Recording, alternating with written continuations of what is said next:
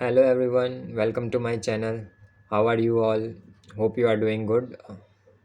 So in this video, we will be going to talk about an important topic of mathematics of class 8, that is taxes, GST, Goods and Services Tax. Okay, तो ज़्यादा बड़ा topic नहीं है लेकिन important है। क्यों? क्योंकि अभी अभी नया इंट्रोड्यूस होगा आपका टैक्सेस क्या होता है, तो थोड़ा बेसिक इन्फॉर्मेशन होना ज़रूरी है। So we will be learning this GST in this video. Okay, basic idea मैं दूंगा कि टैक्स क्या है और इसके सम्स आप कैसे सॉल्व कर सकते हो। Okay, so let's start without wasting time. So first let's see our agenda of today's video.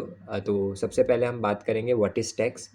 Okay, GST की तो बात करेंगे लेकिन पहले ये पता होना चाहिए टैक्स क्या चीज़ है। ठीक है, एक इंट्रोडक्शन दे छोटा सा। ठीक है, after that we will talk about types of taxes. Okay, there are two types of taxes, that is direct tax and indirect tax. So we will talk about that also, what is direct tax and what is indirect tax. After that our main topic will be there, that is GST. But before GST we will talk about value added tax, sales tax, service tax, क्योंकि GST से पहले ये सभी tax लगते थे, तो उसके बारे में भी थोड़ा सा बेसिक आइडिया ले लेंगे। ओके, उसके बाद तो मेन जीएसटी की बात करेंगे and we will also see the parts of GST. ठीक है, जीएसटी भी दो तीन पार्ट में डिवाइडेड है, जैसे स्टेट जीएसटी, सेंट्रल जीएसटी, और एक हो जाता है IGST, that is integrated GST, और इंटर स्टेट जीएसटी आप बोल सकते हो। ठीक है, वो तीनों की भी हम बात करेंगे। और उसके बाद क्या हो जाएगा, फिर हम कुछ examples, we will see some examples, we will see not, we will solve some examples, and after that we will come to end of our session. Okay, so let's start. So before starting, let me introduce myself Ayush Shurana. I am a BCA graduate and a passionate teacher who has been giving private sessions in the field of mathematics up to class 10 from last 1 year. So hope I am able to make you understand this topic also. Okay, so let's start without wasting any time. So our first topic is tax. ठीक है, tax क्या है उसके बारे में जान लेते हैं। ठीक है, अब आपको पता है कि हमें जो ये सर्विसेज फैसिलिटीज़ जो मिल रही है गवर्नमेंट के द्वारा, that is your good roads. Okay, okay, flyovers, highways. ठीक है, ये सब जो होगा, और that is municipality corporation cleaning, road cleaning, ये सब जो हो रहा है, ये जो फैसिलिटीज़ है, ये सब कौन प्रोवाइड कर रहा है? We know that government is providing us, but are they providing it for free? Free तो नहीं दे सकता कोई भी चीज़। ठीक है, क्योंकि अगर आपके रोड्स कंस्ट्रक्शंस हो रहे हैं, हाईवेज हो रहे हैं, फ्लाईओवर्स बन रहे हैं, तो there is engineers, there labours and many other contractors and all who are working. Okay, and they won't be working for free. ठीक है, फ्री ऑफ कॉस्ट कोई काम नहीं करने वाला। ठीक है, तो उन्हें पैसा देना पड़ता है। पैसा कौन देता है? पैसा देता है गवर्नमेंट। ठीक है, अब गवर्नमेंट के पास इतना भी पैसा नहीं है कि वो अपने पॉकेट से दे। ठीक है, वो कहाँ से कलेक्ट करती है? वो कलेक्ट करती है हमसे। ठीक है, तो टैक्स क्या हो गया? अब ये जो फैसिलिटीज़ है उसका पेमेंट कौन कर रहा है? इनडायरेक्टली हम ही पे कर रहे हैं। कैसे कर रहे हैं, वो तरीका क्या है, उसकी हम बात करेंगे। ठीक है, we will talk about that. So roads constructions हो रहे हैं, लेबर्स, इंजीनियर्स, कॉन्ट्रैक्टर, इन सबको पैसा मिल रहा है, गवर्नमेंट दे रही है, not from their pocket, okay, from our pocket. तो ये पैसा हम दे कैसे रहे हैं गवर्नमेंट को? ठीक है, the money that we are giving to the government is in the form of a tax. ठीक है, ये टैक्स के फॉर्म में गवर्नमेंट को हम पे करें। ऐसा नहीं है गवर्नमेंट आपके डोर को नॉक करेगी और बोलेगी टैक्स दो। ठीक है, या ऐसा नहीं है रोड बन रहा है आपके एरिया में तो कोई आया गवर्नमेंट के यहाँ से पैसा दो रोड बनाएंगे, ऐसा नहीं होता। Okay, so how the government ask money from us? They ask money from us in the form of a tax. Okay, so tax, what is tax? Tax एक ऐसा फी है, या आप बोल सकते हो चार्ज है। ठीक है, कोई भी सर्विस मिल रहा है आपको तो कुछ चार्जेस आप दे रहे हो, दैट चार्ज। ठीक है, एक फीस है या एक ऐसा चार्ज है जो हम गवर्नमेंट को पे कर रहे हैं। ठीक है, किसके रिटर्न पर? कोई भी अगर हम सामान खरीदते हैं या कोई भी हम सर्विस यूज़ कर रहे हैं। ठीक है, किसी का भी सामान हो, सपोज़ आप मार्केट में गए, आपने कुछ ग्रॉसरी आइटम्स खरीदा। ओके, तो जब आप ग्रॉसरी आइटम्स खरीद रहे हो तो आप क्या कर रहे हो? आप जो एमआरपी पे कर रहे हो, जो भी डिस्काउंट के बाद अमाउंट पे कर रहे हो, उसमें से थोड़ा पार्ट गवर्नमेंट ले लेता है। ठीक है, थोड़ा पार्ट, 5%, 12%, वहाँ पे स्लैब्स है, we will talk about it on GST topic. Okay, उस स्लैब्स के हिसाब से क्या है, आपका कुछ परसेंट जो आप पे कर रहे हो शॉपकीपर को, कुछ परसेंट वहाँ से गवर्नमेंट ले लेती है, ठीक है। ठीक है, और ये जो आप जो थोड़ा रुपया आपने डायरेक्टली पे नहीं किया, पर आप ये जो पैसा तो आप ही दे रहे हो, क्योंकि आपके पॉकेट से आपने राशन खरीदा, आपने ग्रोसरी खरीदा, तो you you are going to pay that money. Okay, तो जो वो मनी वहाँ पे जा रहा है वो आपके थ्रू ही जा रहा है, तो मतलब आपके पॉकेट से ही वो पैसा गया है, ठीक है। And that money, that fee, जो एक small amount of percentage of fee जो आपसे कलेक्ट किया जा रहा है, that fee is known as tax, ठीक है। टैक्स कुछ नहीं है, एक आपसे कम मैंडेटरी चार्ज लिया जा रहा है, ठीक है। गवर्नमेंट सबसे लेती है, आपसे नहीं, हम सबसे लेती है, तो वो एक मैंडेटरी चार्ज है that we are paying to the government. अब पे क्यों कर रहे हैं? क्योंकि हमें फैसिलिटी चाहिए, रोड्स अच्छे चाहिए, ठीक है, ड्रेन क्लीनिंग होना चाहिए, रोड क्लीनिंग होना चाहिए।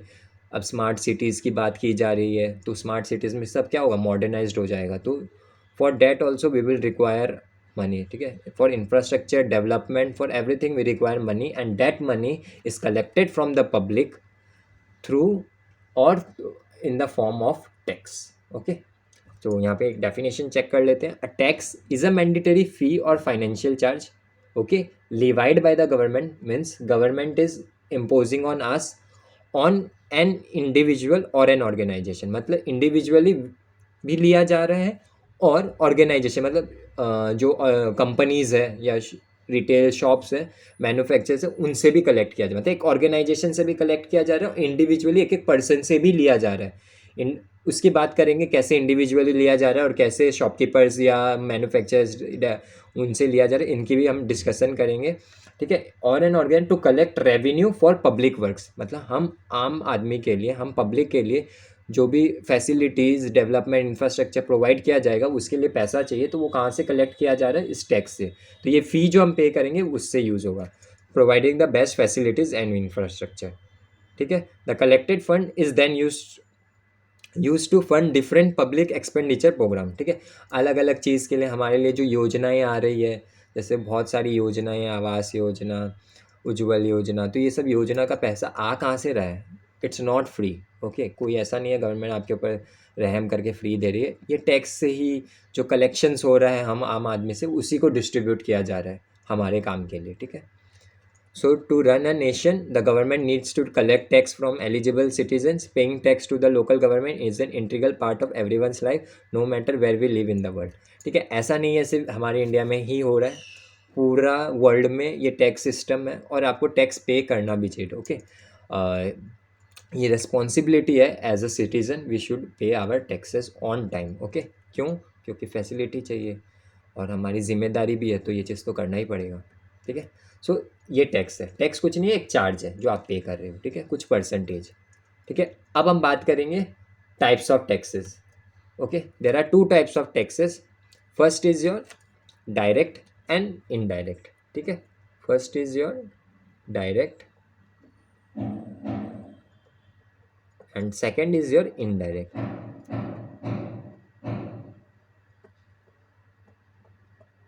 ठीक है।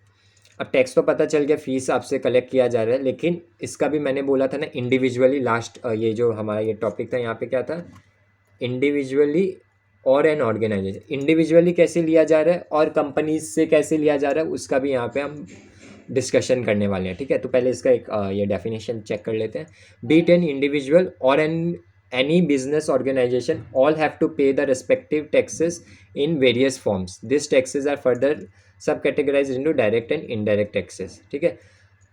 सबको ही टैक्स पे करना है, भले डायरेक्टली करो या इनडायरेक्टली करो, ठीक है, सबको ही पे करना है, ठीक है। अब डिस्कस करते हैं डायरेक्टली कैसे पे कर रहे हैं एंड इनडायरेक्टली कैसे पे किया जा रहा है। तो डायरेक्टली आप कैसे टैक्स पे करोगे? The definition of direct tax is hidden in its name, which implies that this tax is paid directly to the government by the taxpayer.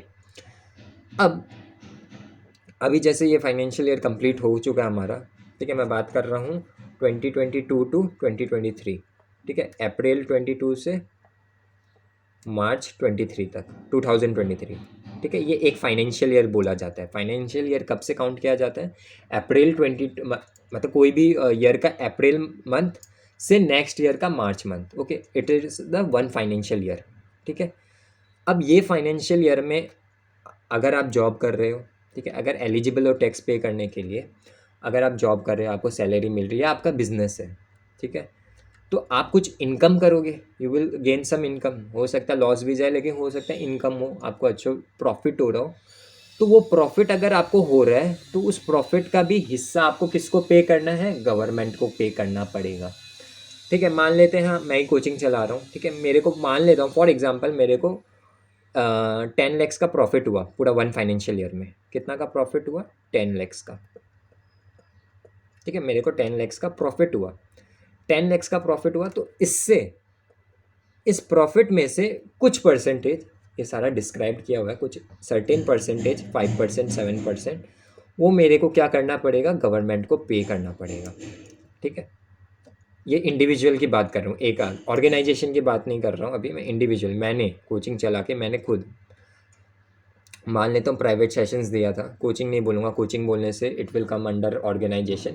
मान लेते हैं इंडिविजुअली प्राइवेट सेशंस देख के, मान लेते हैं एग्जांपल है, I have earn 10 lakhs of profit, income है ये मेरा, 10 लैक्स ऑफ इनकम, ठीक है। So from that income I need to pay some percentage to the government, okay. Income हो रहा है तो you have to give some percentage और some share to the government, ठीक है। ये हो गया डायरेक्टली, डायरेक्टली दूंगा गवर्नमेंट को, ऐसे नहीं है जाके नॉक किया gate and take my percentage और take my profit, some percentage of profit, ऐसा नहीं है। इसका सिस्टम क्या है? फाइल रिटर्न्स होता है, ठीक है। चार्टेड अकाउंटेंट्स आपका फाइल हैंडल करेंगे, एंड फ्रॉम चार्टेड अकाउंटेंट का ही जॉब है, वो क्या करेगा? आपका फाइनेंशियल ईयर का रिपोर्ट बना के जो भी इनकम होता है, जितना भी आपको शेयर देना है, 5%, 7%, जो भी मतलब स्लैब में आते हो आप, उस स्लैब के हिसाब से your percentage of money will be given to the government, ठीक है। फाइल कर दिया जाता है, रिटर्न्स फाइल किया जाता है, ठीक है। 1 फाइनेंशियल ईयर का रिटर्न्स फाइल किया जाता है, डायरेक्टली वेबसाइट से होता है, गवर्नमेंट का वेबसाइट है। वहाँ से क्या होगा? मेरा अकाउंट बनाया जाएगा, सीए हैंडल करेगा, he will create the report, and according to the report whatever percentage of money I need to pay, he will in behalf of me pay that money to the government। मेरे account से वो पैसा government को चला जाएगा। तो ये direct process हुआ, ठीक है। मेरे अकाउंट से माई अकाउंट से कहाँ गया? गवर्नमेंट अकाउंट में, मान लेते हैं टैक्स अकाउंट में चला गया, गवर्नमेंट टैक्स अकाउंट, ठीक है। गवर्नमेंट का अकाउंट में डायरेक्ट मेरा पैसा चला जाएगा, ठीक है। ये हो गया डायरेक्ट टैक्स, डायरेक्टली मैंने गवर्नमेंट को through the help of digital payment I paid to the government, ठीक है। तो ये पार्ट हो गया आपका डायरेक्ट टैक्स का, directly I am paying to the government, ठीक है। हर एक को नहीं पे करना है, इंडिविजुअल जो अर्निंग स्टार्ट कर दिया, भले आपका जॉब हो या आप सेल्फ अर्निंग कर रहे हो, ठीक है। तो अगर आप कुछ भी पैसे अर्न कर रहे हो कुछ भी करके, तब आप एलिजिबल बन जाते हो, आपको टैक्स फाइल करना पड़ेगा, ठीक है। एज का ऐसा मेरे हिसाब से कोई है नहीं, लेकिन एक एज में आप अर्निंग स्टार्ट कर दे, हो सकता है आप 16 के एज में अर्निंग स्टार्ट कर दो, तो आप अपना फाइल ओपन अप करा के आप दिखा सकते हो कि this amount of money I am earning from YouTube और personal coaching, some different type of thing, जैसे भी आप कर रहे हो तो आप दिखा सकते हो। नेक्स्ट आ जाता है आपका इनडायरेक्ट टैक्स, ओके। अब पहले बात किया था डायरेक्टली गवर्नमेंट को पे कर रहे हैं, अब आ गया इनडायरेक्ट। यहाँ पे कौन आ जाता है? इंडिविजुअल। डायरेक्ट टैक्स जो था वो इंडिविजुअल के लिए था, डायरेक्ट टैक्स किसके लिए था? एक मिनट, डायरेक्ट टैक्स था वो किसके लिए था? इट्स फॉर इंडिविजुअल, मतलब हम एक आदमी के लिए, अकेला, इंडिविजुअल। अभी जो इनडायरेक्ट की हम बात कर रहे हैं वो किसके लिए हो जाएगा? ऑर्गेनाइजेशन, बिजनेस, ठीक है, बिजनेस लिख देता हूँ, या कोई कंपनी, उनके लिए हो जाएगा ये इनडायरेक्ट, ठीक है। अब ये इनडायरेक्ट टैक्स भी कौन पे कर रहा है? हम पब्लिक ही पे कर रहे हैं, ठीक है। डेफिनेशन देख लेते हैं। Indirect taxes are slightly different from direct tax and the collection method is also a bit different.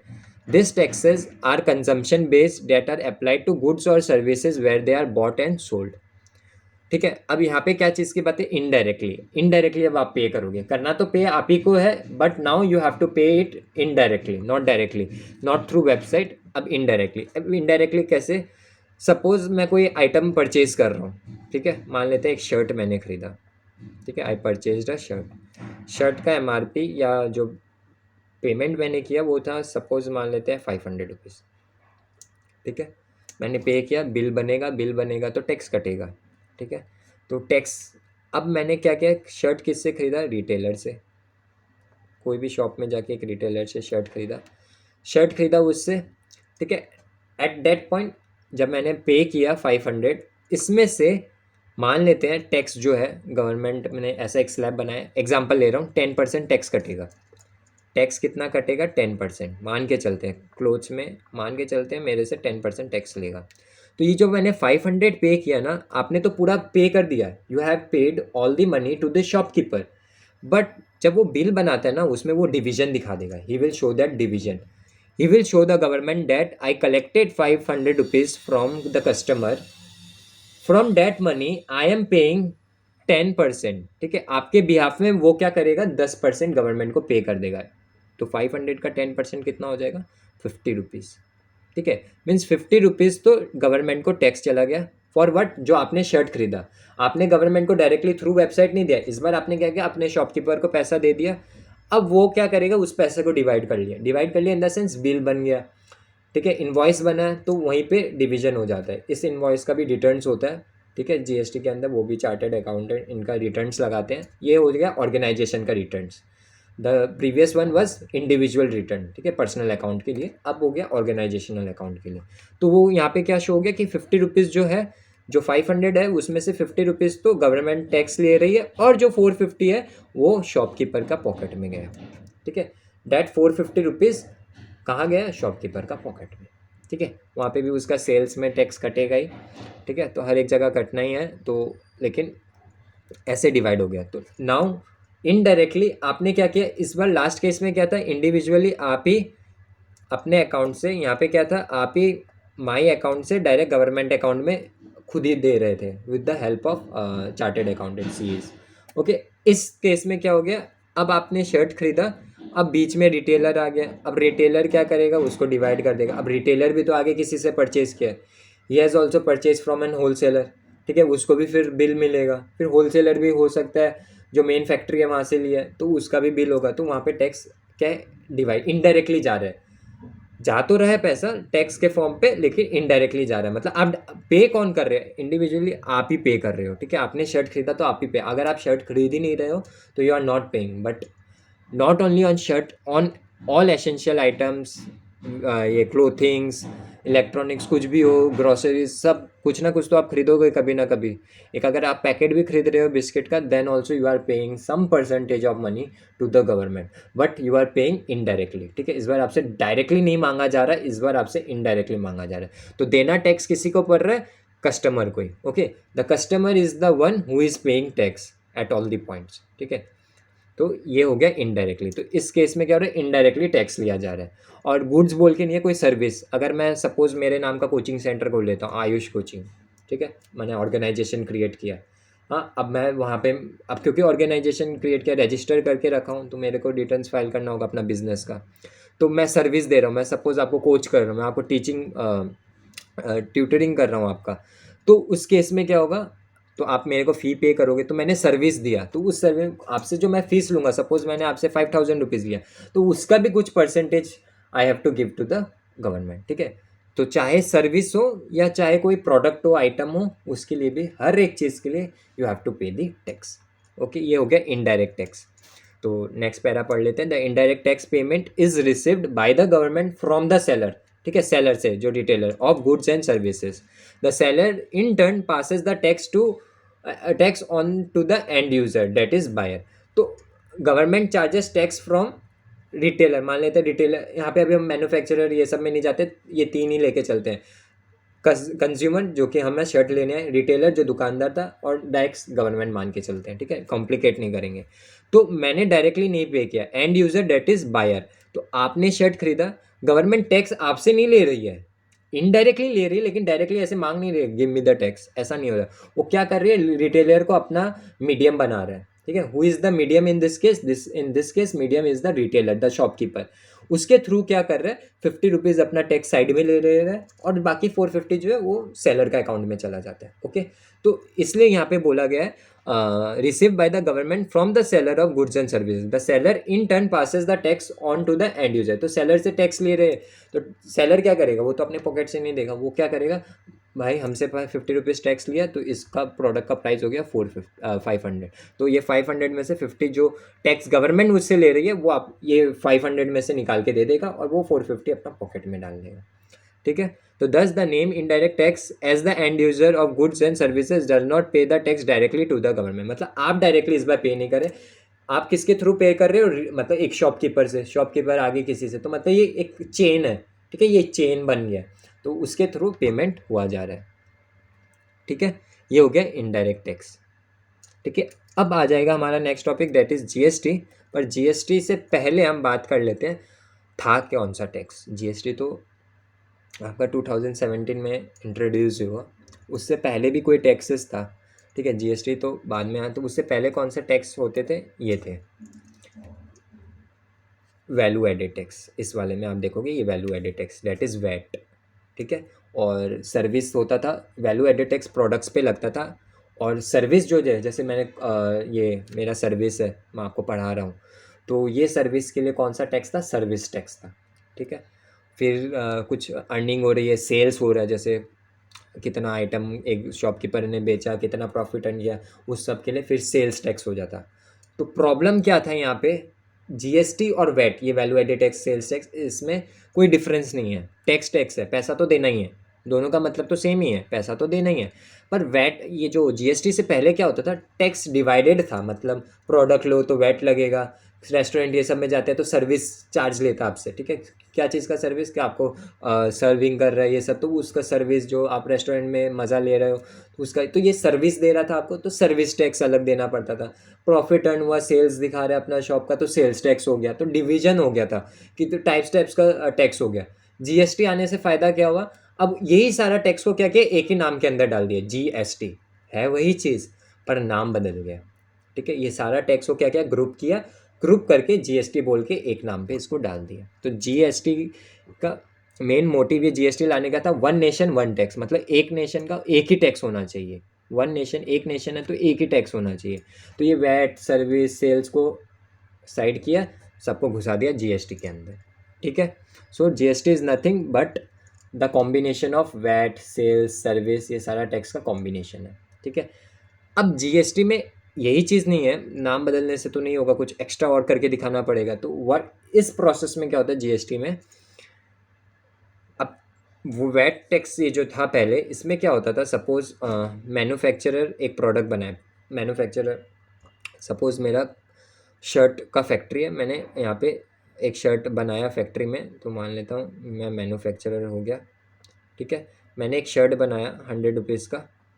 अब गवर्नमेंट क्या करती थी, मेरे से टैक्स लेती थी, आपने शर्ट बनाया, आप प्रॉफिट अर्न करोगे, तो उस प्रॉफिट अर्न करोगे तो उसमें से हमें क्या चाहिए, टैक्स चाहिए। तो 100 रुपीज़ का शर्ट था, ठीक है, उसमें क्या किया, टैक्स देना पड़ता था गवर्नमेंट को, ठीक है, गवर्नमेंट को टैक्स देना पड़ता। आगे मैंने रिटेलर, सपोज होलसेलर को दिया, होलसेलर मान लेते हैं 100, कुछ प्रॉफिट अर्न करके 150 कर लेते हैं, अब उसको भी टैक्स देना पड़ेगा, ठीक है। होलसेलर को भी क्या करना पड़ेगा, टैक्स देना पड़ेगा।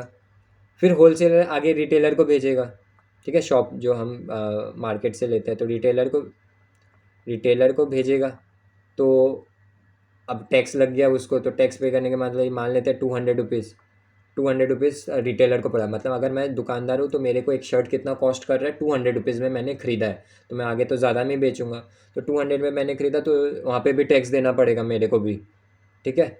और फिर ये सारा जो टैक्स लग रहा है, अब इसका भरपाई कौन करेगा, कस्टमर।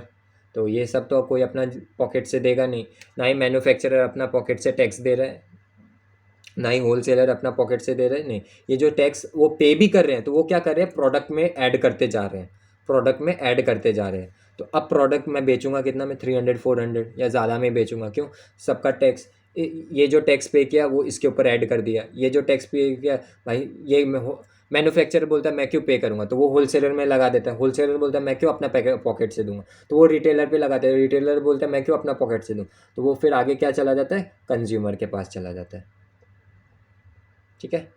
ये सिस्टम था, सबको टैक्स पे करना पड़ता था, ठीक है, अनऑर्गेनाइज्ड वे था थोड़ा सा, ठीक है।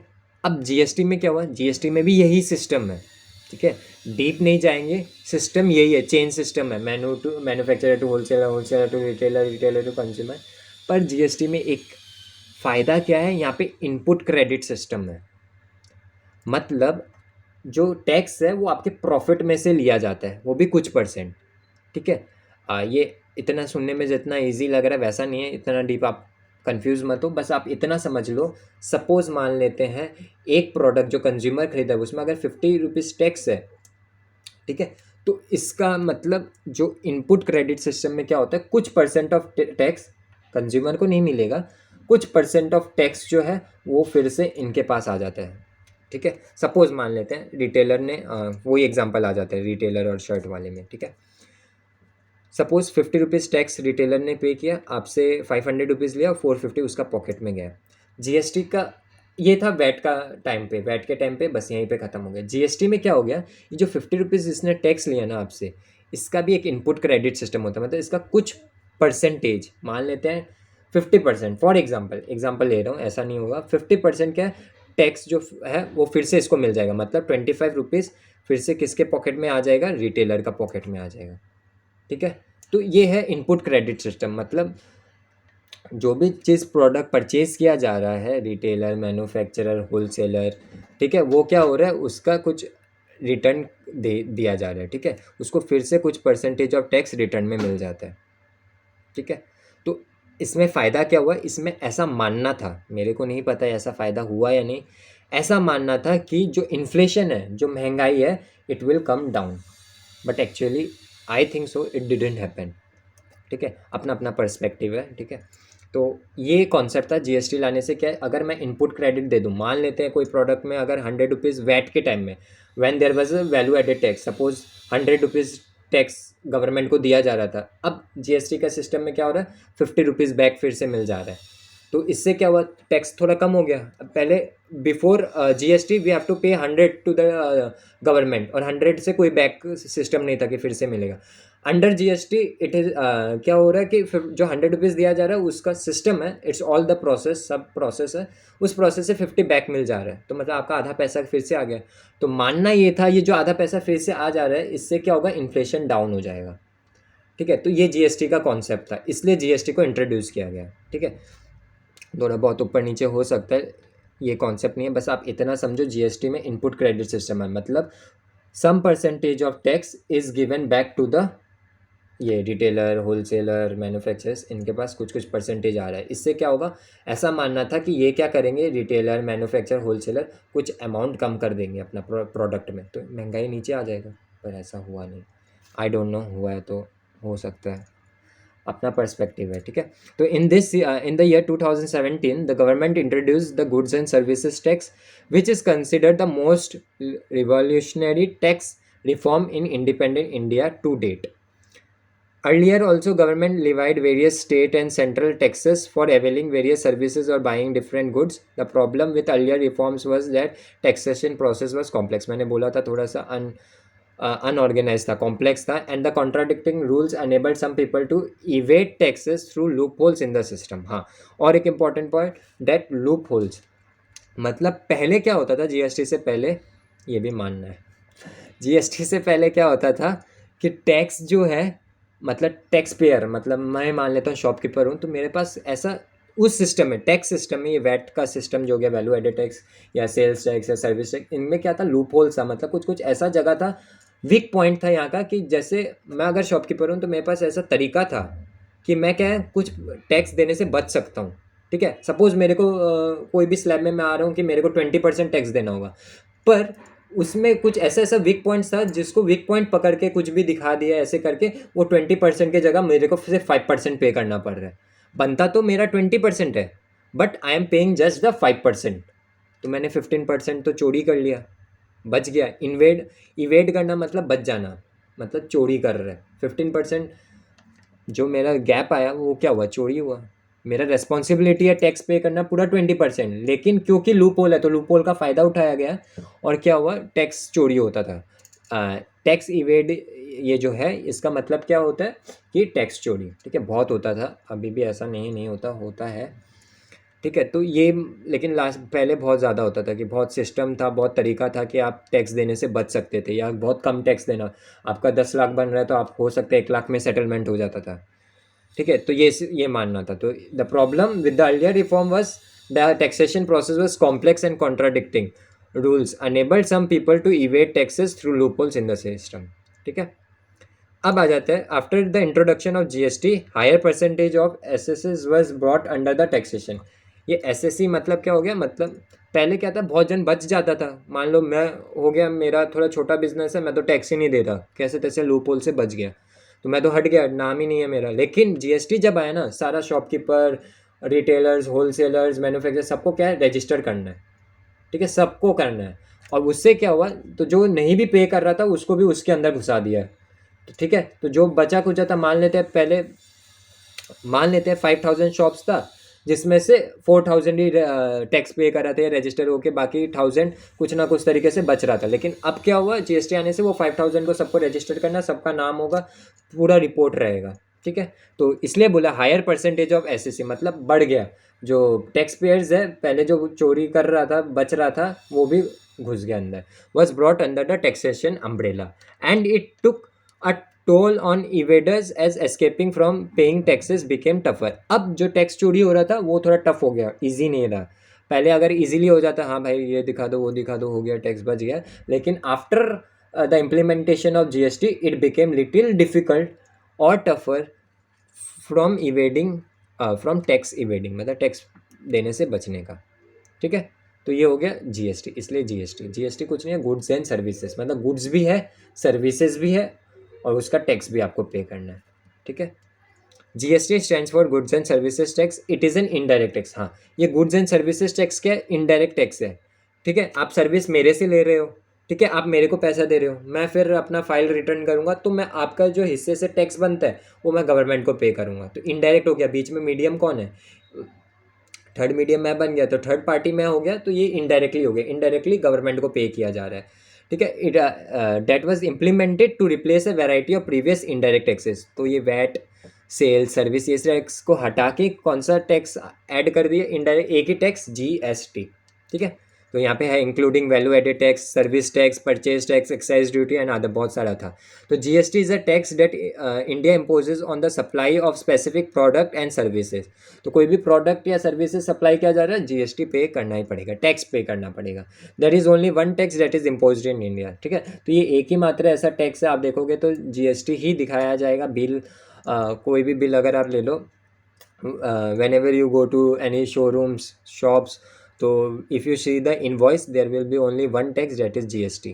Okay, GST is divided in two parts, CGST, SGST, लेकिन है GST ही। ठीक है, तो GST is a tax levy on manufacture, sale and consumption of goods and services at national level।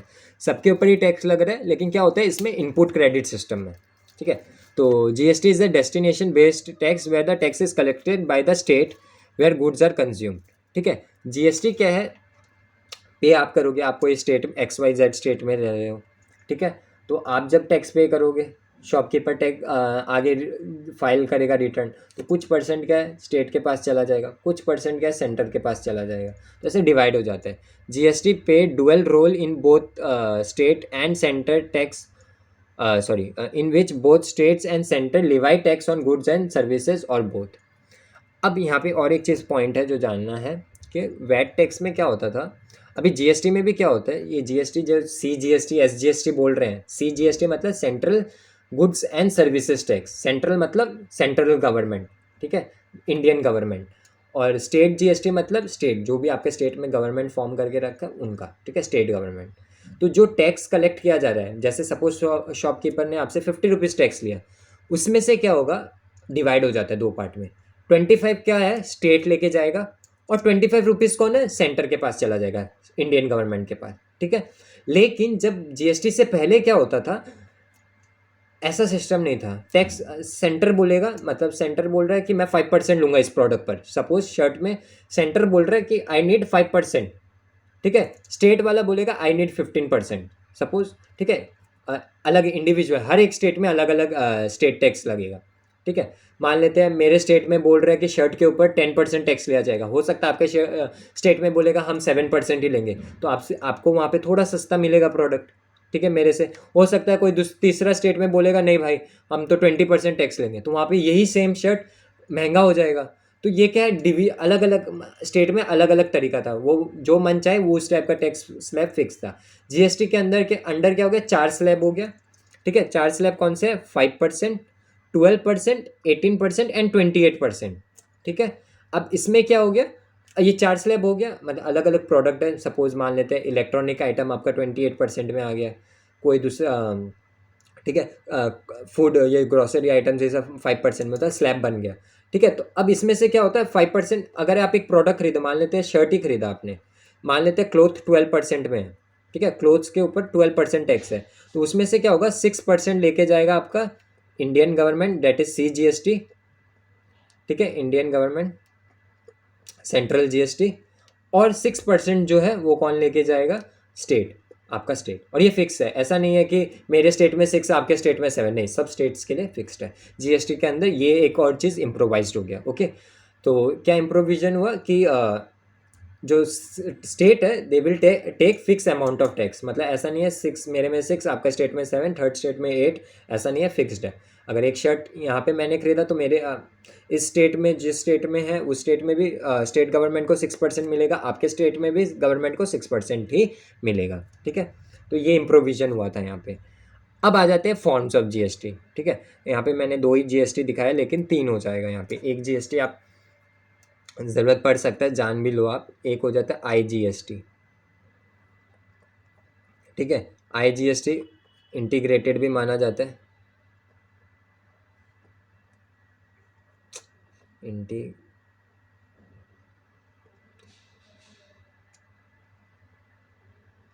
Integrated और इंटरस्टेट। ठीक है, इंटीग्रेटेड और इंटरस्टेट भी आप बोल सकते हो, इंटरस्टेट, इंटरस्टेट,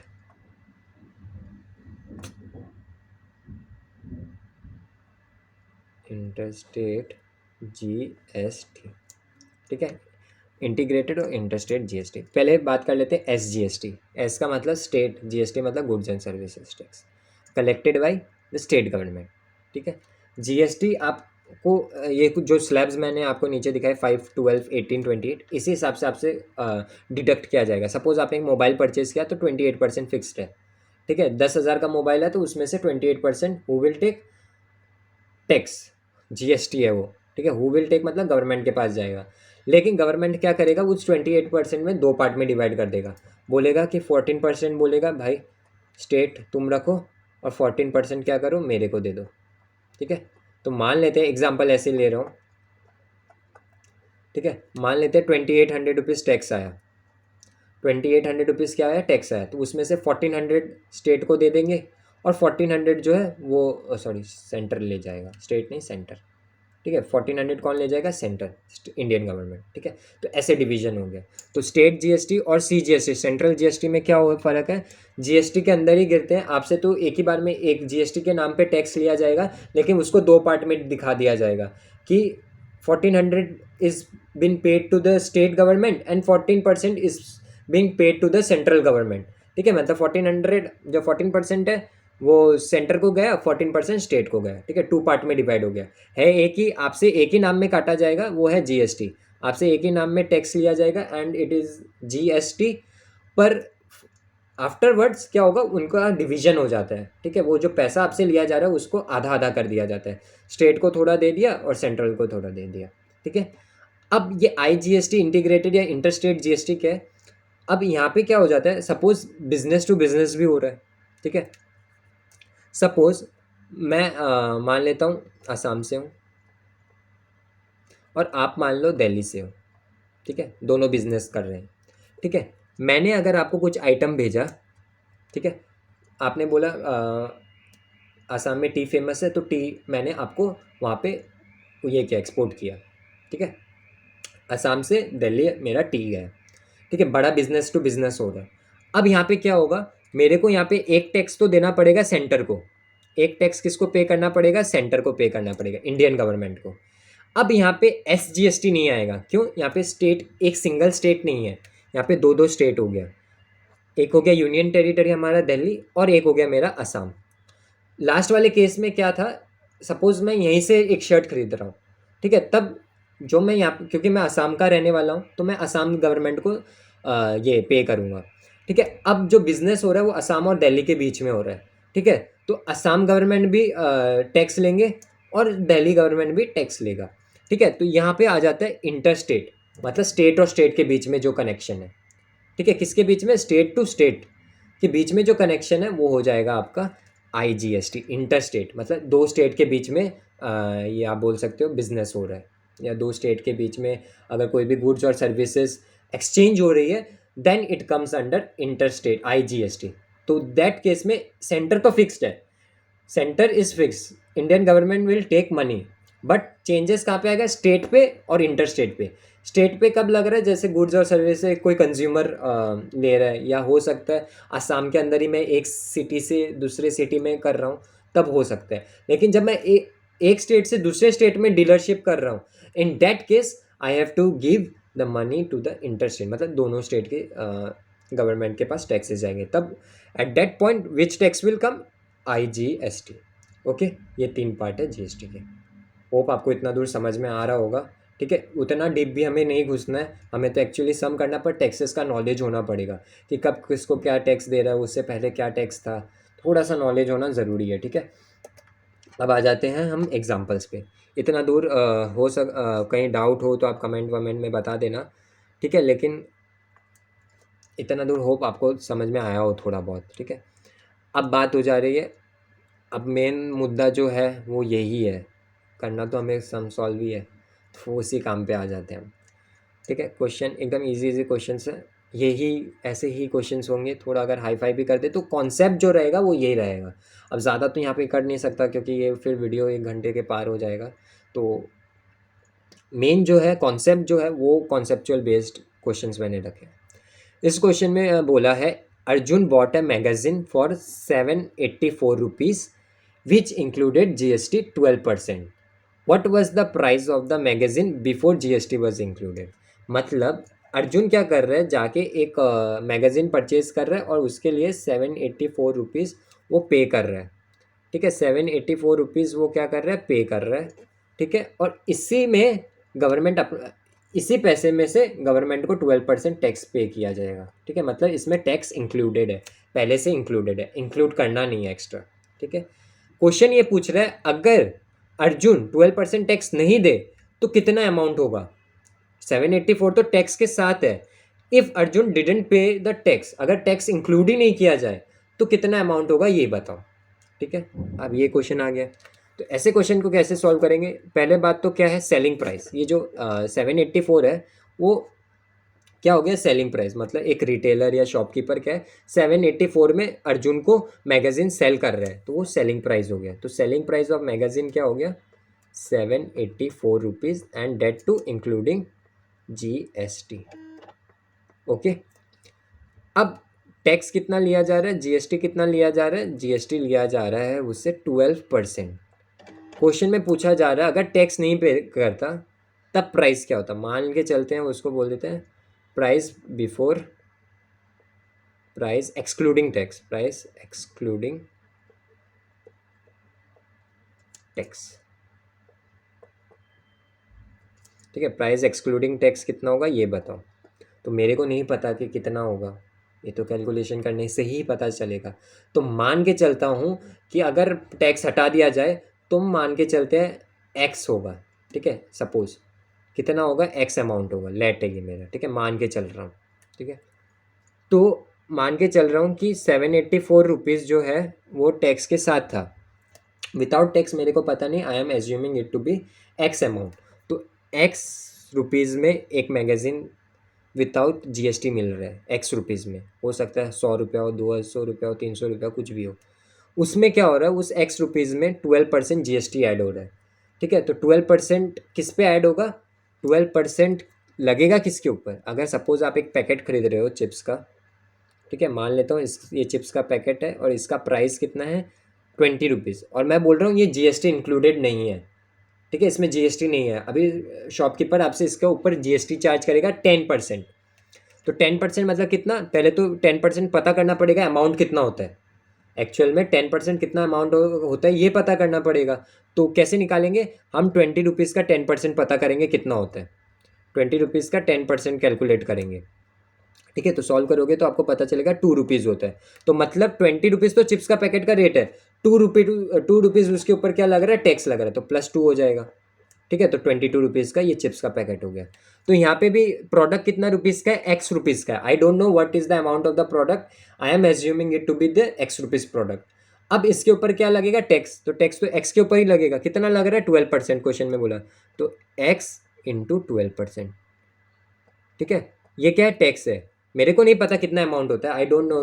हो सकता है 10 रुपया टैक्स है, हो सकता है 20 रुपीज़ टैक्स है, हो सकता है 50 रुपीज़ टैक्स है, मेरे को नहीं पता। तो वो तो कैलकुलेशन से पता चलेगा।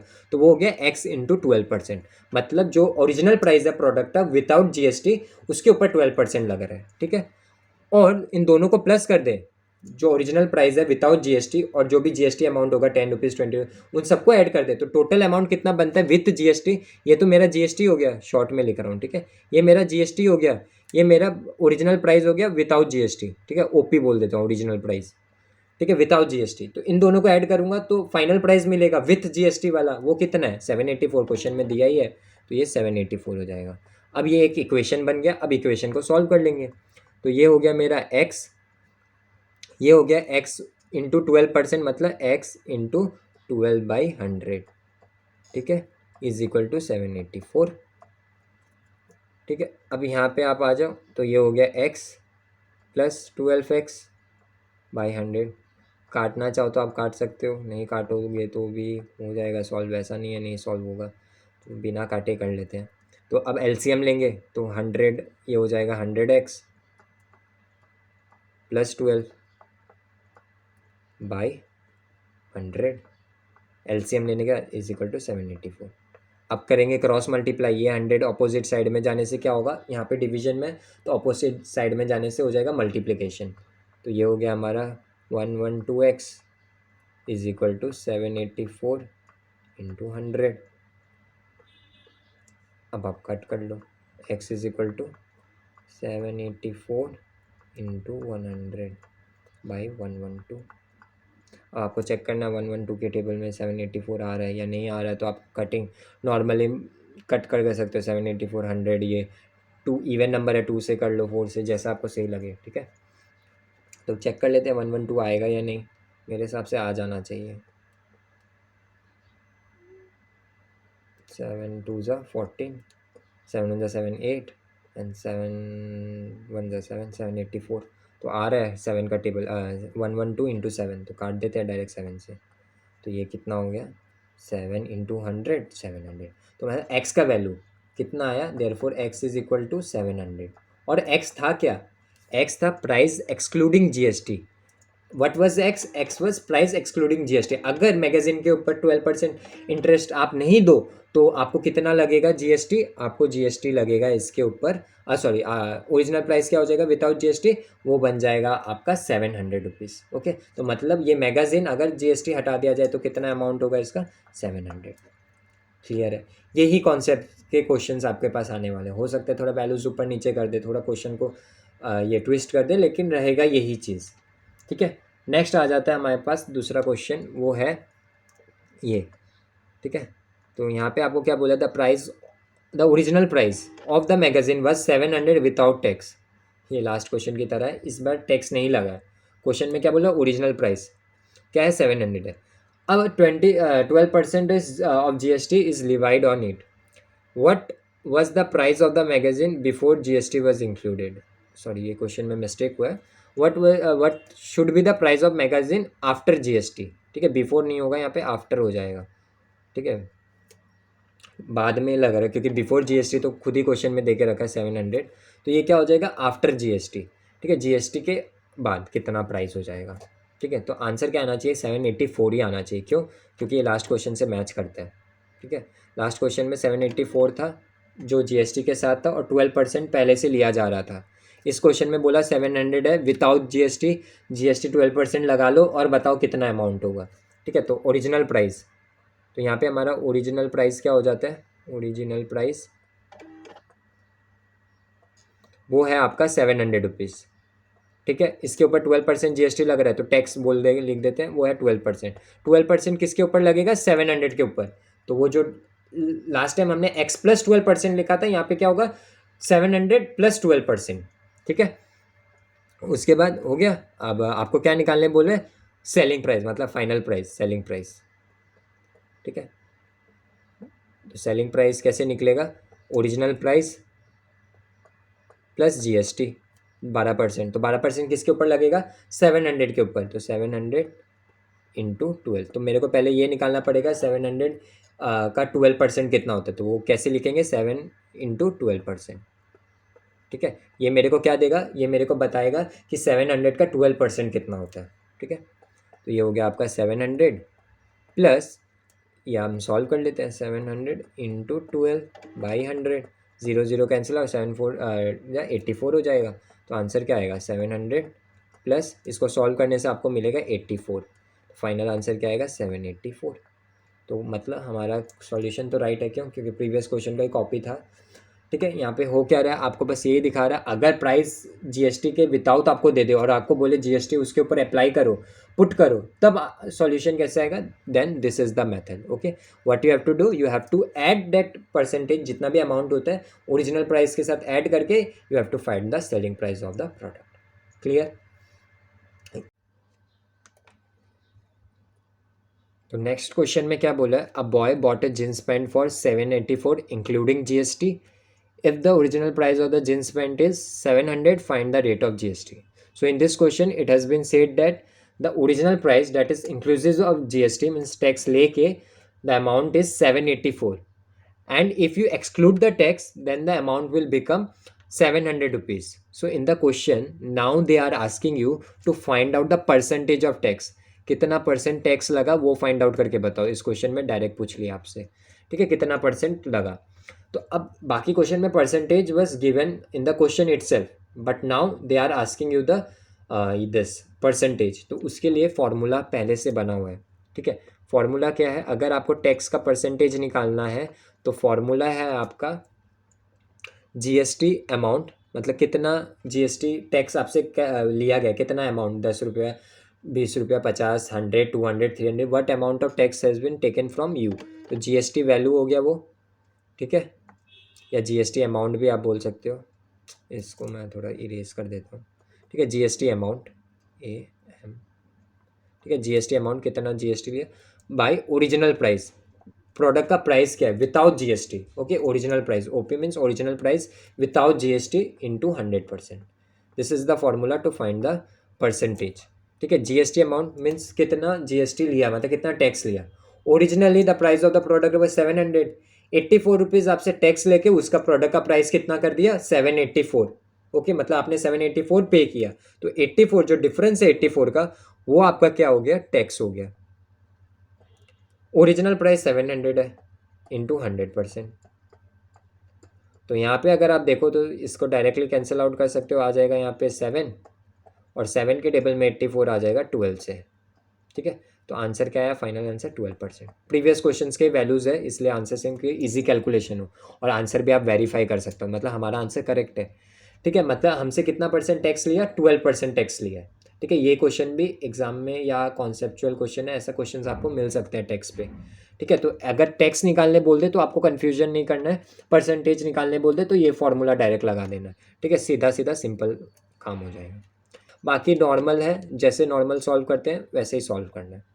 ठीक है, होप आपको समझ में आया होगा। ठीक है, अभी हम सेशन के एंड पे आ चुके हैं। हो सकता है कहीं कुछ अगर गलती हो गई है तो सॉरी उसके लिए, कुछ कहीं गलत बोल दिया हो या कुछ गलत एक्सप्लेन हो गया तो आप मेरे को ज़रूर बताना।